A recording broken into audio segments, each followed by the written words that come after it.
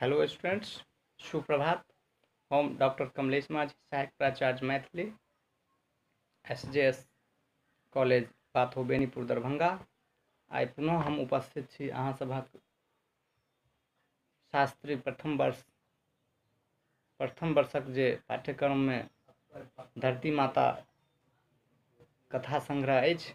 एही कथा संग्रह में जे कथा संग्रहित अछि ओही में हम आइ एकटा शीर्षक अछि, कथाक शीर्षक अछि चोर। जे एकटा साधारण मनुष्य केना अपन जीवन के जे है से एहि प्रवृत्ति में आवृत कऽ लै छै से हम आइ अहाँ सब गोटे के बुझेबाक कोशिश कऽ रहल छी। हमरा आशा नहि अपितु पूर्ण विश्वास अछि जे अहाँ सब नीक जकाँ सुनबै और एकरा बुझबै। एकटा मनुष्य जखन पैदा होइ छै, बाल्यावस्था से किशोरावस्था होइ छै, युवावस्था होइ छै, तऽ मनुष्य जखन पैदा होइ छै तऽ हुनका शरीर में कोनो तरहक रोग व्याधि, कोनो तरहक छल कपट, द्वेष, राग, हिंसा ई सब नहीं रही छै, चोरी ई सब जे है से नहीं रही छै। मुदा मनुष्य जहिना बढ़ै छै, मनुष्यक जीवन जहिना बढ़ै छै और ओहि बढ़ैत जीवन के जही चीजक आवश्यकता होइ छै ओहि आवश्यकता अनुसार हुनका नहीं भेटै छै, हुनक आवश्यकता के पूर्ति नहीं होइ छै, तखन एकटा वैकल्पिक जे है से ओ साधन जे आइ जे शीर्षक चोर छै, एही विकल्प के चुनि कऽ अपन जीवन के जे है से ओ नाश कऽ लै छै। आइ हम अपने सबके यही चोर शीर्षक कथा में देखबै छी जे एकटा सज्जन मेधावी छात्र शोभाकांत नाम रहै छै। हुनक जे मनोदशा छै, एहि शीर्षक में हुनका चोरक संज्ञा देल गेल छै। ओ चोरक जे है से अभिनय करै छथिन। ओ सज्जन मेधावी रहै छथिन जे बहुत ही निर्धन, आर्थिक विपन्न, आर्थिक तंगी से गुजरैत छथिन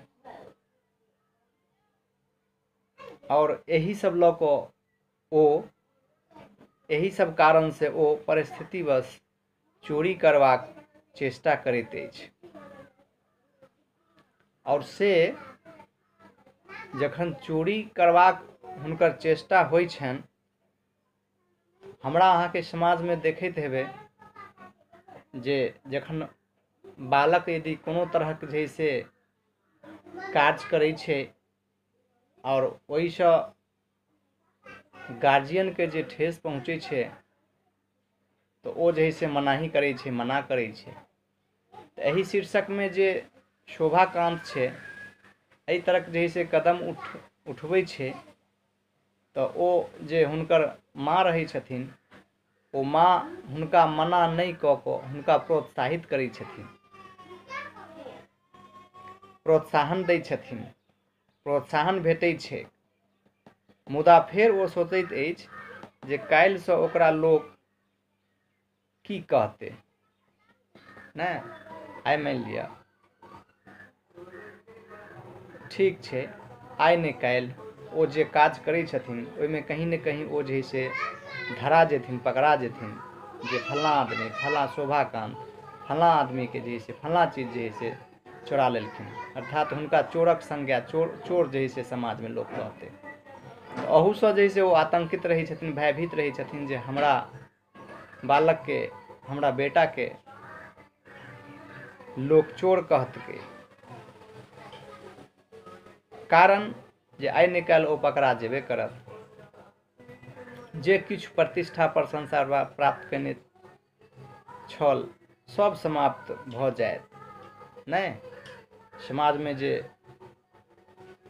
मनुष्य के लोग के अपन एकटा पृष्ठभूमि होइ छै, सामाजिक पृष्ठभूमि, ओहिमे हुनकर जे प्रतिष्ठा होइ छै, ओहि प्रतिष्ठा के देखल जाइ छै। और मान लिअ ओ जे है से एहि तरह के काज करथिन तऽ हुनकर प्रतिष्ठा के की हेतै। तऽ ई सब सोचि कऽ जे है से ओ थोड़े जे है से आतंकित रहै छथिन। सबटा इज्जत प्रतिष्ठा समाप्त भऽ जायत। काल्हिसँ शिक्षक लोकनि की कहथिन। कथाकारक बहुत हृदयतासँ एकटा होनहार छात्र के चोर बनसँ बचा लैत अछि।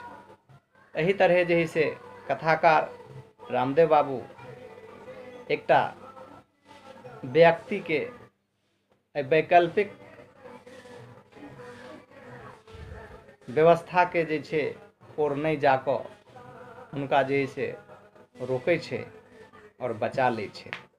निष्कर्ष ई बहराइत अछि जे जखन नीको लोक परिस्थितिवश एहि तरह कार्य चोरी करबाक दिस प्रवृत्त भऽ जाइत अछि, किंतु जकरामे बुद्धि विवेक ओ प्रतिभा छैक से सम्हरि जाइत अछि।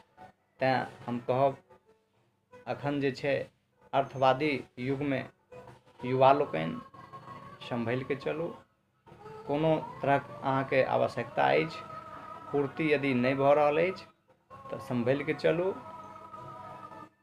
कोनो एहि तरहक जे है से काज नहीं करू जैसे अहाँके मान सम्मान इज्जत प्रतिष्ठा पर प्रश्न चिन्ह लग जाए। एही तरह हम एहि कक्षा के एतय समाप्त कऽ रहल छी। एकर विस्तार से हम अगिला कक्षा में पुनः उपस्थित भऽ कऽ कहब। धन्यवाद।